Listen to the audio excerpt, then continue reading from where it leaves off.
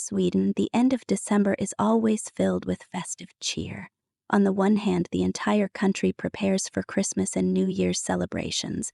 On the other, the royal family honors a special occasion.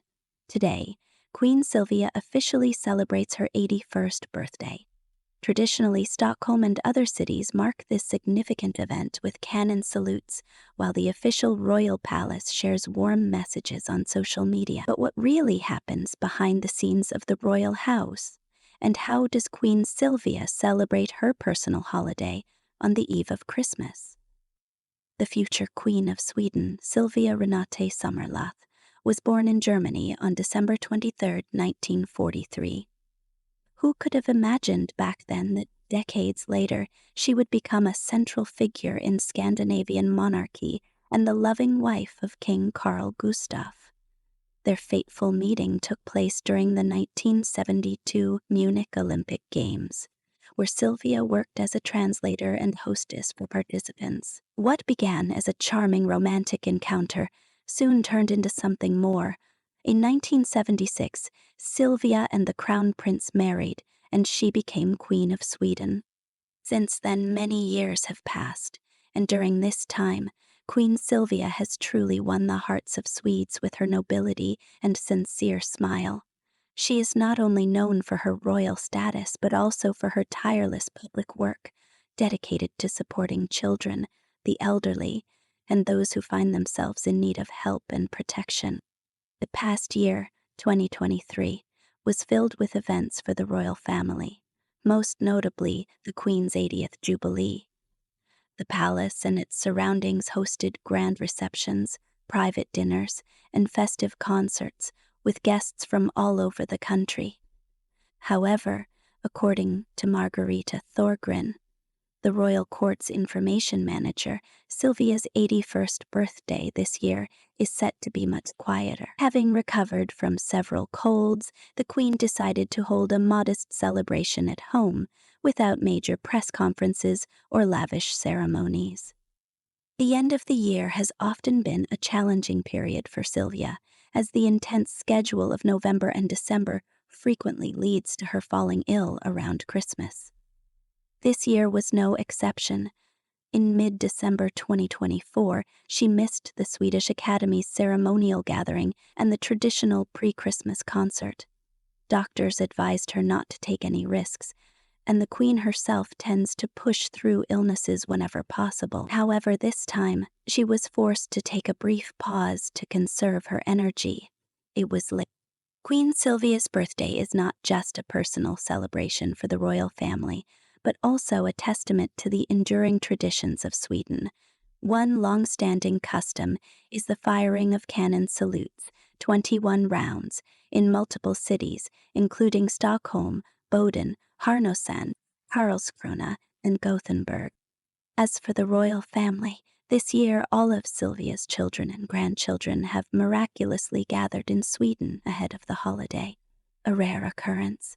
Princess Madeleine, who has been living in the United States with her husband Christopher O'Neill and their 3 children, has returned to her homeland, much to the Queen's delight. Naturally, Crown Princess Victoria is present with her family, as are Prince Carl Philip, his wife Princess Sophia, and their adorable sons. It is said that Silvia's grandchildren bring her the greatest joy. She loves spending time with them, sharing stories, and listening to their laughter echoing through the palace corridors. One of the most intriguing aspects of any royal celebration is the surprises prepared by King Carl Gustaf. Knowing his wife's love for surprises, he devises new ways to celebrate her birthday each year. The setting within the royal residences often changes too. A dinner may be held in the Grand Hall or in a historical corner of the palace that is usually off-limits to outsiders. Queen Silvia once shared in an interview that she learned of this royal tradition in the early years of her marriage, and now eagerly anticipates each birthday with a special sense of excitement. This year, the king naturally planned a traditional dinner and an intimate family atmosphere. However, until the last moment, it was uncertain whether Silvia would recover enough to fully join the celebration. Fortunately, by the morning of December 23rd, the court announced that the Queen's health had improved, though she was advised to avoid overexertion and rest more in the coming days. Thus, the plan to surprise her remained intact. When a royal birthday falls on December 23, it inevitably blends with preparations for Christmas Eve, December 24, and Christmas Day, December 25. For Silvia, this has always been both a blessing and a challenge. On the one hand, many events are pre-scheduled, and there is a risk of being overshadowed by the main winter holiday.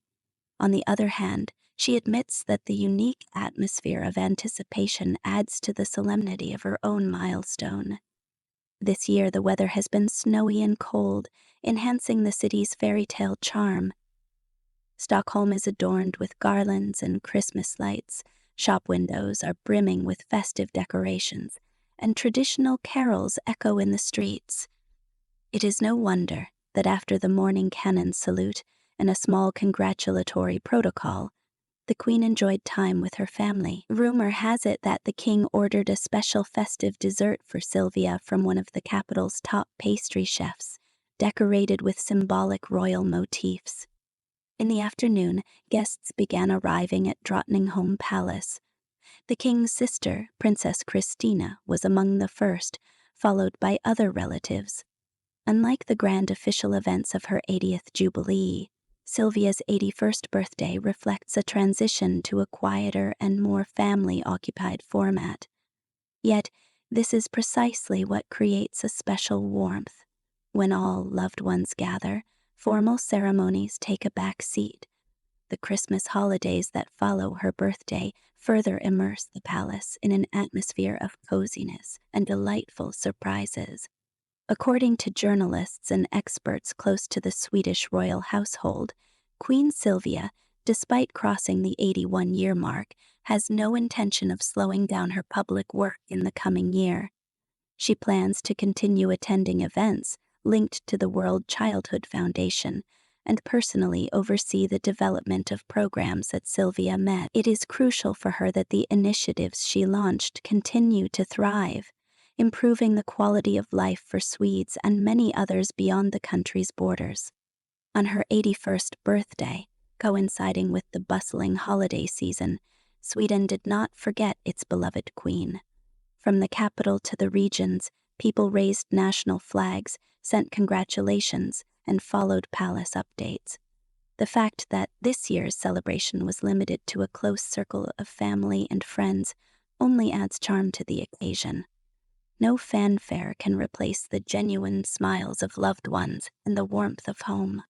Queen Silvia's life story exemplifies how one can remain human in a royal role, showing compassion, helping those in need, caring for the elderly, and finding time for family. Though her birthday falls in the midst of holiday preparations, it never stops Swedes from wholeheartedly saying gratis, or in our language, happy birthday.